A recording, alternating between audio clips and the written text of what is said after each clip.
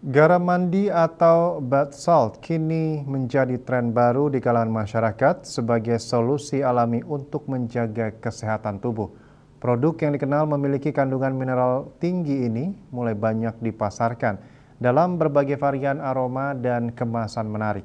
Hal ini secara tidak langsung menghadirkan peluang ekonomi baru bagi petani garam lokal dan pelaku UMKM di Indonesia.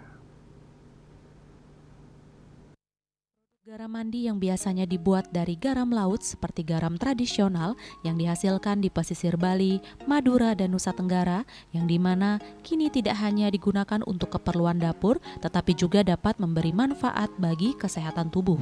Para pelaku usaha mikro kecil dan menengah memanfaatkan momentum ini untuk mengolah garam lokal menjadi produk yang bermutu tinggi. Selain membantu masyarakat menjaga kebugaran, produk ini juga membuka peluang usaha baru, khususnya bagi petani garam lokal. Manfaat garam mandi sendiri sudah banyak diketahui seperti membantu detoksifikasi tubuh, merilekskan otot yang tegang, meningkatkan sirkulasi darah, dan mengurangi stres serta kecemasan. Dengan tambahan aromaterapi dari minyak esensial seperti lavender, sereh, melati, mawar, dan sebagainya, produk garam mandi lokal menjadi semakin menarik di pasaran. Jadi sebetulnya awalnya itu kami punya kerjasama dengan para petani kusamba di Bali. Awalnya kami membantu para petani untuk membuat garam dengan metode tunnel sehingga ketika hujan pun masih bisa berproduksi karena ada atapnya. Kemudian sama Bu Risma waktu selaku Menteri Sosial, kami diminta untuk membantu para petani garam di Kusamba untuk diversifikasi produk. Nah, di situ kami membantu untuk membuat garam spa. Kami berikan training, kemudian sudah dibantu oleh Kemensos untuk mendaftarkan BPOM.